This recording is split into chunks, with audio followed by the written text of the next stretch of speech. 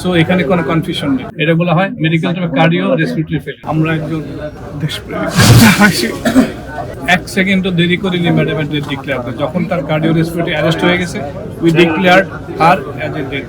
So এখানে কোনো confusion নেই। আজকে এরপরে ওনাকে গোসল এখানে করানো, এখানে গোসল এরপরে এখনকার আমাদের প্ল্যান, আমাদের দায়িত্ব হলো এখানে গোসল করানো, গোসল করার পরে মসজিদে রাখা, তারপরে সরকারের সিদ্ধান্ত এবং পার্টির সিদ্ধান্ত অনুসারে ওনারা যেখানে জানা যাবে সেখানে শিফট করবে। বাট কোথায় করবে কি করবে সেটা সম্পূর্ণ আমাদের ডিসিশন। আমরা একজন দেশপ্রেমিক।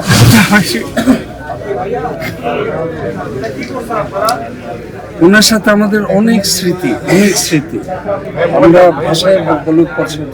একটা সময় ছিল 2020 সাল থেকে 25 এই দেশ স্বাধীন 24শে আগস্টের 5ই আগস্টের আগ পর্যন্ত 24শে ওনার পাশে কিন্তু আমরা তখন কিন্তু খুব বেশি লোক আসতে পারতো না ভয়ে ভীতিতে, এবং ওনাকে অনেক কঠিন সময়ে অনেক নিবিড়ভাবে দেখা শুরু করেছে।